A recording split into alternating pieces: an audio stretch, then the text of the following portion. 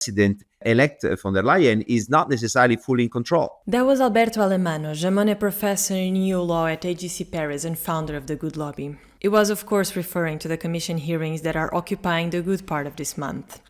I spoke with him earlier this week, before the Parliament agreed to approve all 7 pending European Commissioner nominees. The deadlock finally came to an end on Wednesday afternoon, and von der Leyen's new team is all set to take office on the 1st of December. One of the members of the new commission will be Raffaele Fitto, who hails from the far-right party ECR and was given an executive vice president role. Fitto comes from the ECR. The ECR voted against von der Leyen. So how can we logically understand that the new European Commission might have a commissioner that comes from a party that voted against that majority? So the logic of majority, a majoritarian parliamentary majority, is no longer present. And now that the new commission is confirmed, what does Alemanno make of the future ministers of Europe? Well, my surprise initially was the overall quality of the candidates that were put forward by the governments. We are talking about second, third tier national politicians with very little experience. So overall, there has been a drop in the quality and competence and profile of these individuals. And this is probably a signal of the fact that the Commission is becoming more and more a secretariat of the European Council. From Friends of Europe, this is Policy Voices. I'm Catarina Vila Nova. If you haven't already, please take a moment now to subscribe to Friends of Europe's podcast wherever you're listening to this now to never miss an episode of Policy Voices. Today on the show, the horse trading that delivered Europe its new commission. I'm joined by Alberto Alemanno, Monnet Professor in EU law at HEC Paris and founder of the Good Lobby. Here's our conversation. Alberto Alemanno, hello and welcome back to Policy Voices. It's a pleasure to have you again on the show. We'll be talking about the Commission hearings. And the last time you were on the show in the mid of June, the EU elections had just happened. What has the path been since then that has led us now to the Commission hearings? Good to be back, Catarina. Thank you for the opportunity to share a few reflections on the formation of this new European Commission, the second von der Leyen Commission, which is shaping up. It has been shaping up quite slowly. If you think that several months have passed by since the European Parliament decided to actually endorse her as the choice made by the European leaders. And since then, she has been putting together some political priorities, and she has been waiting for the nomination made by the different member states regarding the commissioners that together will be forming the next commission that has to be voted both individually, commissioner by commissioner, and collectively as a college of commissioner. So what we have been seeing, I think, over the past few weeks has been a pretty slow process through which the competent parliamentary committees in the new European Parliament were offered the opportunity to quiz, sometimes to grill some of these national picks. And up to now, the vast majority, I would say virtually everyone, has been potentially green light, with the exception of those candidates who might be carrying further responsibilities, the so-called 6 vice presidents, in relation to which there are some concerns, as there is one in relation to the Hungarian commissioner. And I think what we've been seeing at play is once again a dynamic in which it is national politics and is not European politics at play. Why it is the case? The reason why public hearings exist is to provide the opportunity to the European Commission to actually give the chance to the Parliament to see who are the future ministers for Europe. And the Parliament is supposedly expected to check their suitability. Are those individuals, both individually and collectively, the right persons in relation to that particular portfolio that President-elect von der Leyen decided to assign them? Do they have the right expertise? Do they have any specific conflict of interest or tensions in actually bringing forward their agendas? The suitability check is something that to everyone makes sense, but we all see now that the public hearings have transformed themselves into something else, as already happened partly in 2019, we see the national political parties and the European political groups using those hearings to actually score political points and to potentially push the new European Commission towards a more leftist or a more conservative, and therefore altering the political balance. And I think this is epitomized by the fact that for the first time, the vote on the individual candidate commissioner won't be necessarily on the individual's one, but it will be on a package of the remaining candidates. And this shows that what they're checking now is not the suitability of the candidates. They are checking whether there is somehow a political majority that will then define the political color of the next commission. So what we're seeing these days, I think, is pretty pathological. It's not what is supposed to happen, but is happening today. And the overall impression is that President-elect von der Leyen is not necessarily fully in control. It is rather, once again, the national parties, in particular the Spanish political party, the EPP, the Partido Popular, that is calling the shot within the EPP, and therefore determining at the end of the day whether this von der Leyen Commission would be entering into office and when. Absolutely. So there are two things at play here: what should be happening during these public hearings and what is actually happening. And what is actually happening is that national politics and party politics are just being the prevalent narrative during these hearings. And Alberto, last time we spoke after the EU elections, I feel like there was a collective relief that the far-right wave wasn't as bad as we were all predicting. You said that the far-right wouldn't be able to call the shots during the next cycle because they would become disunited, which would weaken their influence. However, here we are, and the ECR has a commissioner that could become an executive vice president. He comes from your home country of Italy. Do you maintain your optimism about the far right being contained? Can we even still talk about the cordon sanitaire? Or are you less optimistic than the last time we spoke back in June?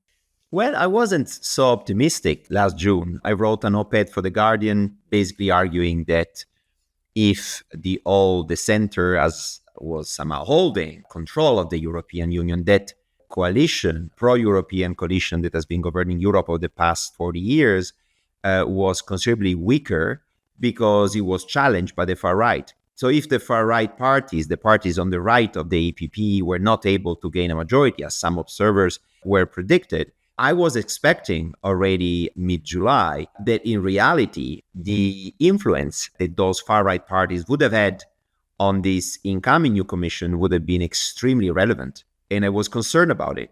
And I even pushed publicly the European Parliament to vote against von der Leyen as a president designate at the time by arguing that the commission president could no longer command a convincing majority.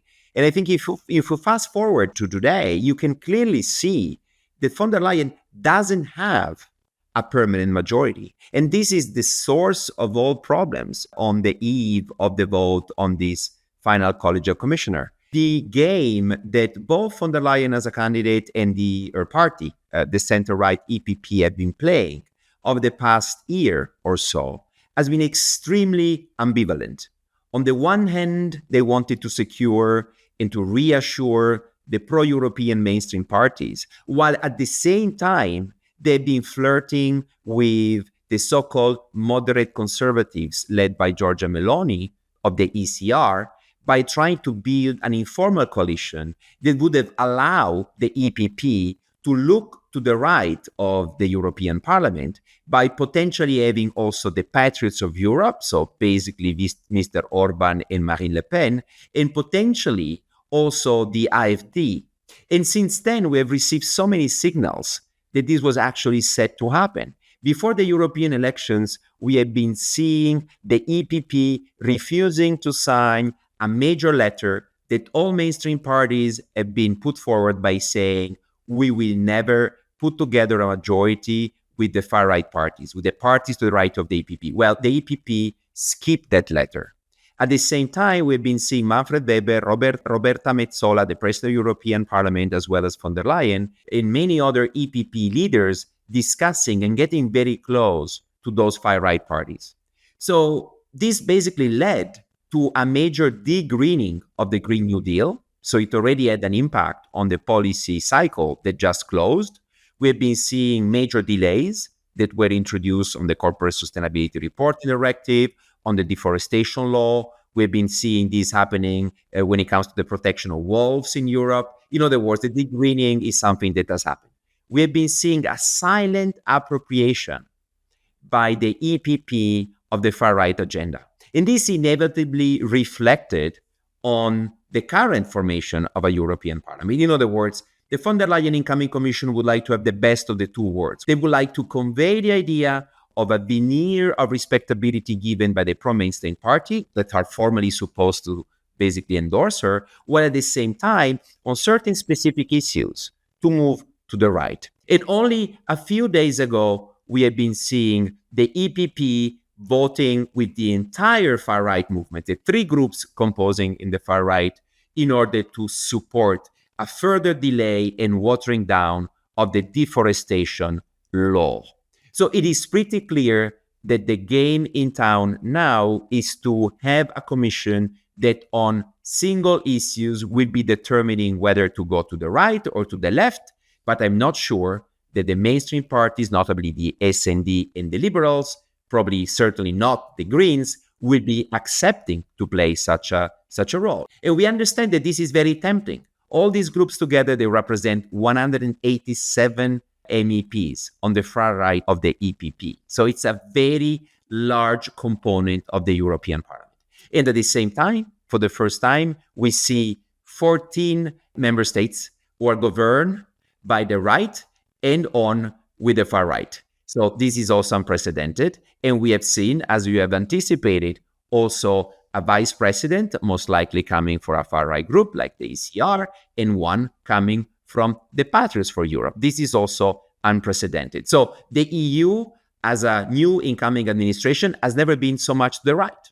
And this inevitably is affecting the formation of the European Commission, despite all the reassurances that von der Leyen continue to try to make to the public and to the different political parties at the center. I think this is the end of an era. The very same mainstream parties that have been governing Europe since its inception are out of the game.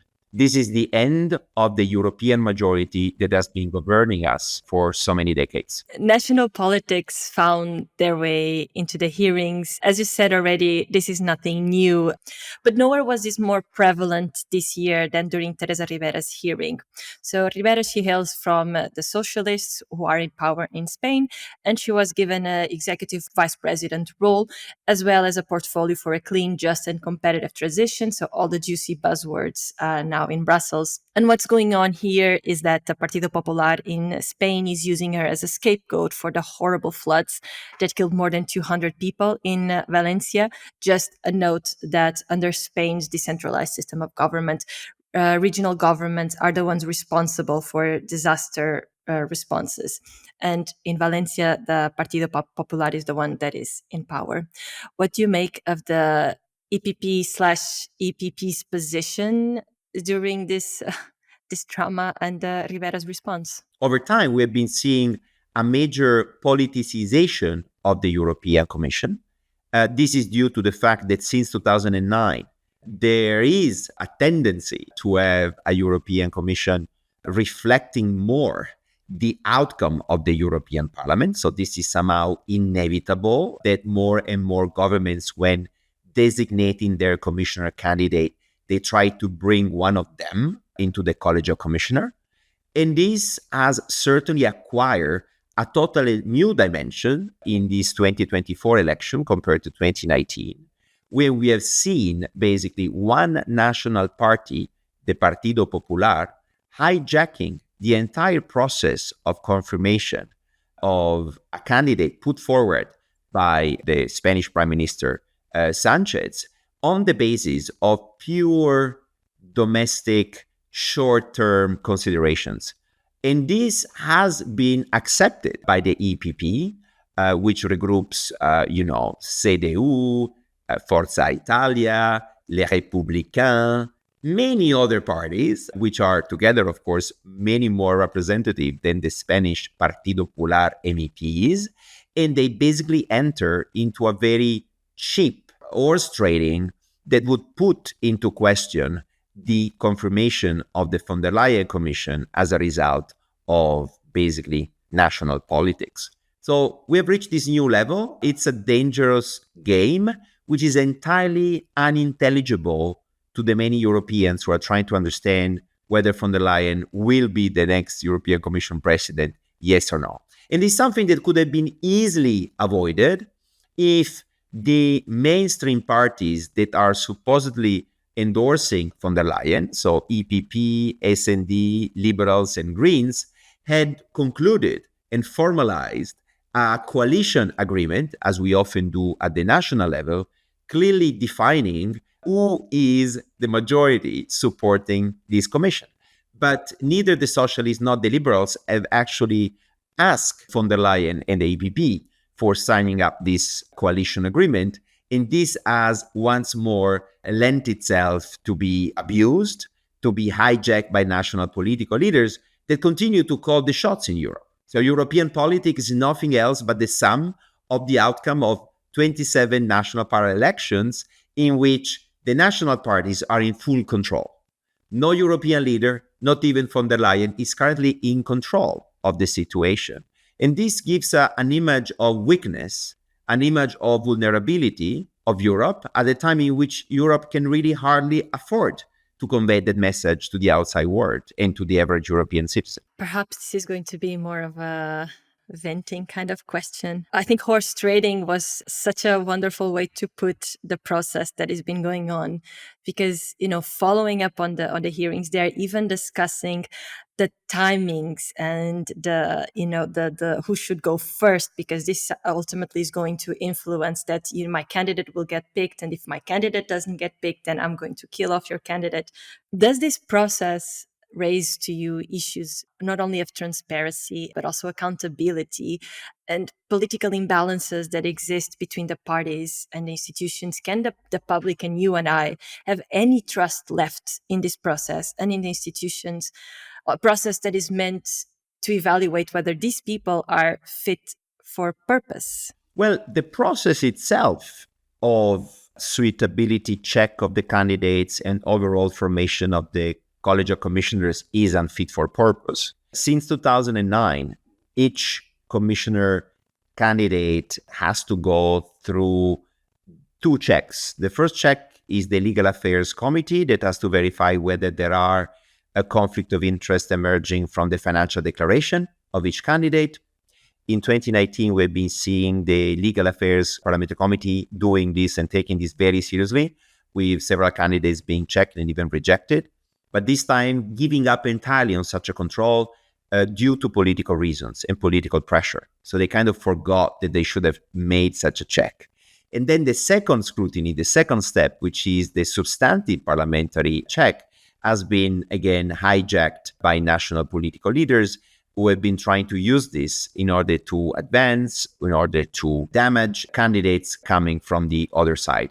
So this lack of intelligibility of the system, the fact that it is not possible to understand what the European Parliament is actually asking these individuals and this College of Commission to do or to prove, is certainly weakening the entire credibility of the system, which would be in reality much more, I would say, sound if it would entail the presentation of the entire College of Commissioners before the Parliament based on a formal pre-existing agreement in which we have a fixed number of parties or groups deciding this is our candidates and we're going to present those before the European Parliament. Now we are in a situation of total ambiguity because, again, this commission is receiving candidates coming from governments that are governed by parties which are not, formally speaking, part of the mainstream coalition that is supposed to endorse von der Leyen, like